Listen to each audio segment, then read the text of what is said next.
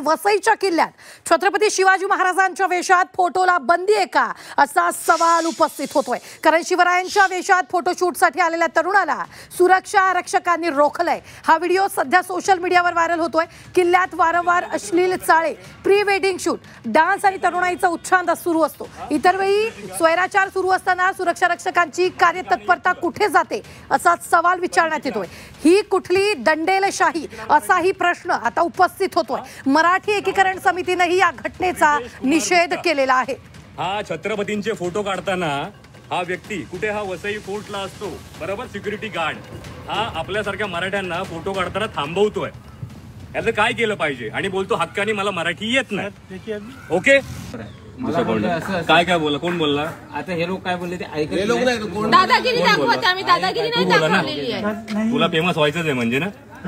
पहिली गोष्ट तुला मराठी बोलता येत नाही बरोबर, चल नाही येत पण तू आता भाईगिरी करून ह्याला घेऊन आलास। तुला किती असेल 3 मन, आता लक्षात ठेव, तुला फेमस तर करणार आणि तुला या जॉब असणं तर जावं तर लागणार। आणि तुम्ही छत्रपतीला मान आहे ना इकडे देत नाहीत ना। वसई एकुडेही वसई फोर्ट, इथे छत्रपतींचे व्हिडिओ बनले पाहिजे। गड कशी तुटली, कपल काय करतात इथे, कुठचे कपल आपल्या आई बहिणी बरोबर येतात तर ठीक आहे मानतो मी, पण आलतू फालतू कपल येतात तेव्हा तुमचे डोळे फुटतात काय? फुटतात। छत्रपती कळतो का तुम्हाला? छत्रपती कळतो, थांबवायचं नाही छत्रपतींना। फालतूगिरी करतोय आम्ही, फालतूगिरी करतोय कपडे घालून। काय दारू पितात तिथे मुलं? नाही ना, मग इज्जत मध्ये मान सन्मान द्यायचा छत्रपतींना आणि मराठी उद्यापासून शिकून यायचं, त्याशिवाय इकडे यायचं। म्हणजे हे जरा उद्वेगजनक वाटलं मला।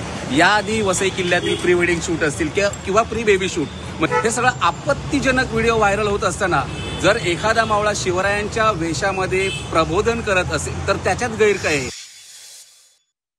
बरं, छत्रपतींच्या वेशभूषात समोरची व्यक्ती असताना देखील त्यांना सांगतोय की इथे मराठी नाही हिंदीत बोला, मला मराठी कळत नाही, हिंदीत बोला। हा माज आता छत्रपती शिवरायांच्या वेशभूषेत असणाऱ्या व्यक्तींना देखील सामोरे जावं लागतंय। सामान्य माणसाला तर अनेक ठिकाणी मराठी नाही हिंदी बोलो हा माज दाखवला जातो आणि ही दडपशाही सर्वत्र सुरू असताना मात्र आमचे राज्यकर्ते यांना निवडून दिले, सत्तेवरती बसलेत माननीय मुख्यमंत्री आणि सर्वच मंत्री महोदय या सर्व गोष्टीवरती गप्प बसून आहे। मराठी एकीकरण समिती या घटनेचा निषेध करते, सरकारला सांगते पुरातत्व विभाग कुठे आहे, पुरातत्व विभागाला देखील सांगते सर्व आमचे गड किल्ले या ठिकाणी जे सुरक्षा रक्षक पुरवलेले आहेत हे सर्व स्थानिक मराठी भाषिक असले पाहिजे, जेणेकरून हा वाद होणार नाही।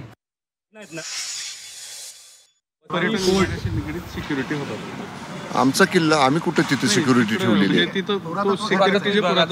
पुरातत्व असेल, पर्यटन नाही। तुम्ही सगळंच पर्यटन विभागाकडे साहेब सांगून मला एक मिनिट, मला या वर्षभरामध्ये पर्यटन विभागाचा पुरेसा अभ्यास झालाय। पर्यटन विभाग कुठं सिक्युरिटी देतो कुठं देत नाही। पुरातन विभागाचा असेल तर पुरातन विभागाच्या अधिकाऱ्यांच्याशी किंवा वरिष्ठांच्याशी मी बोलतो आणि माहिती घेऊन सांगतो।